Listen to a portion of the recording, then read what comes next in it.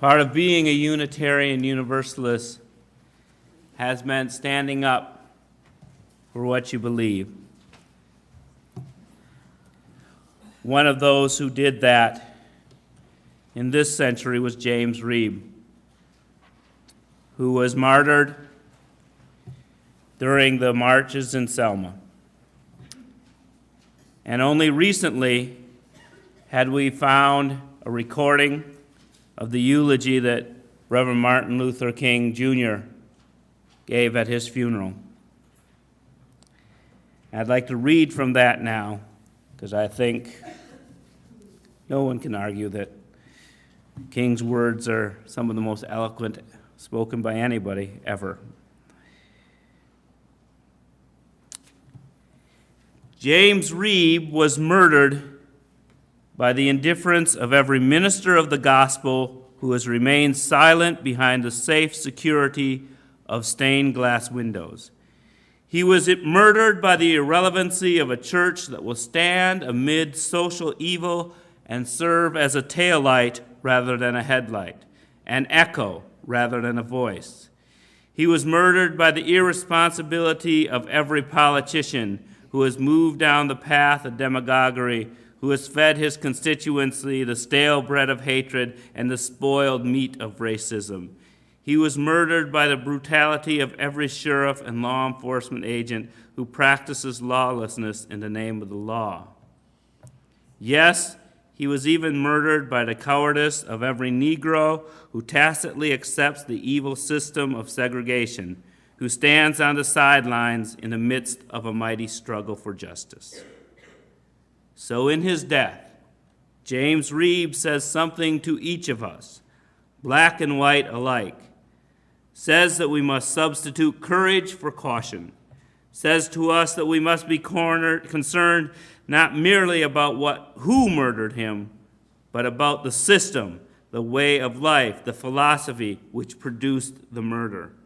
His death says to us that we must work passionately, unrelentingly, to make the American dream a reality, so he did not die in vain. I hope we can also find some consolation in the great affirmations of religion, which tell us that death is not the end. Whether we call it immortality of influence, whether we think of it immortality in terms of continued personal existence, somewhere there is something in our faith that reminds us that death is not a period which ends this great sentence of life, but a comma that punctuates it into a loftier significance. Death is not a blind alley that leads the human race into a state of nothingness, but an open door which leads men into life eternal. Let this daring faith, this great invincible surmise, be our sustaining power during these trying days.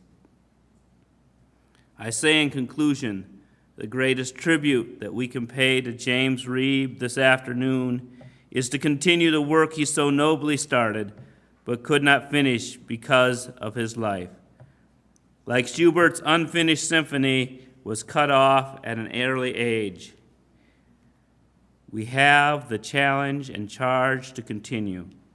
We must work right here in Alabama and all over the United States till men everywhere will respect the dignity and worth of human personalities. We must work with determination for that great day when justice will roll down like waters and righteousness like a mighty stream. We must work right here where every valley shall be exalted and every mountain and hill shall be made low. The rough places will be made plain and the crooked places straight. The glory of the Lord shall be revealed and all flesh shall see it together. We must work to make the Declaration of Independence real in our everyday lives. Reading these words of King, to me, makes it obvious that he had been in conversation with Unitarian ministers. There were 700 in the audience that day, talking about the dignity and worth of human personalities.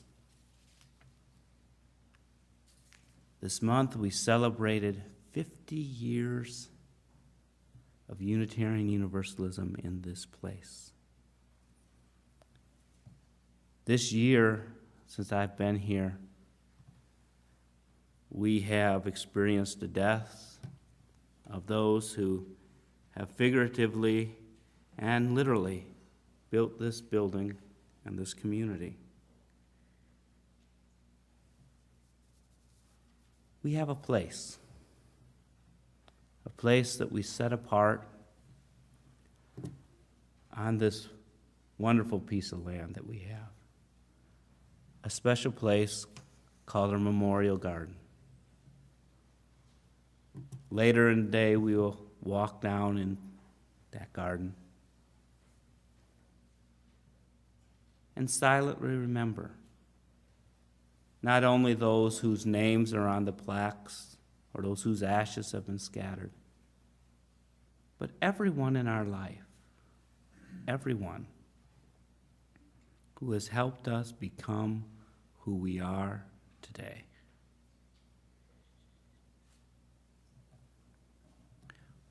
It's important to do this. It's important to take a moment and quiet oneself from the busyness of our lives and remember.